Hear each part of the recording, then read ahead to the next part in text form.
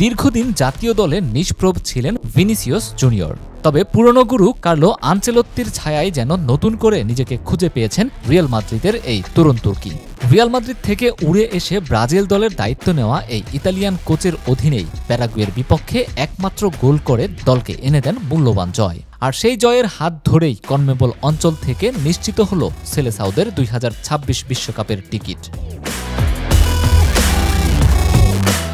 নিজ মাঠে অনুষ্ঠিত ম্যাচে 1-0 ব্যবধানে জয় পায় ব্রাজিল।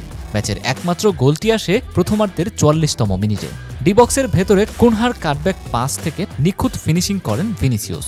দীর্ঘদিন থেকে ছন্দহীন থাকা ব্রাজিল এই জয় পেয়ে ফেলছে স্বস্তির নিঃশ্বাস। তবে র্যাঙ্কিংয়ে 48 নম্বরে থাকা প্যারাগুয়ের বিপক্ষে সমর্থকদের প্রত্যাশা ছিল বড় জয়ের। প্রথমার্ধে দারুণ আগ্রাসী ছিল ব্রাজিল। রাফিনিয়া ও ভিনিসিয়াসকে দারুণভাবে সাপোর্ট দেন কুনহা। 22 থেকে 28 মিনিটের মধ্যে 3টি পরিষ্কার সুযোগ মিস করে ব্রাজিল ফুটবলাররা। তবে দ্বিতীয়ার্ধে আরও আক্রমণাত্মক হয়ে ওঠে সেলেসাওরা। 60 মিনিটে প্যারাগুয়ের সানাব্রিয়ার শট রুখে দেন আলিসন বেকার। আর 72 মিনিটে জুনিয়র আলোনসোর হেডে অল্পের জন্য পোস্টের বাইরে যায়। শেষ দিকে একের পর এক আক্রমণ করলেও আর গোলের দেখা মেলেনি। তবে ভিনিসিয়াস জুনিয়রের এক গোলেই জয় নিশ্চিত করে ব্রাজিল।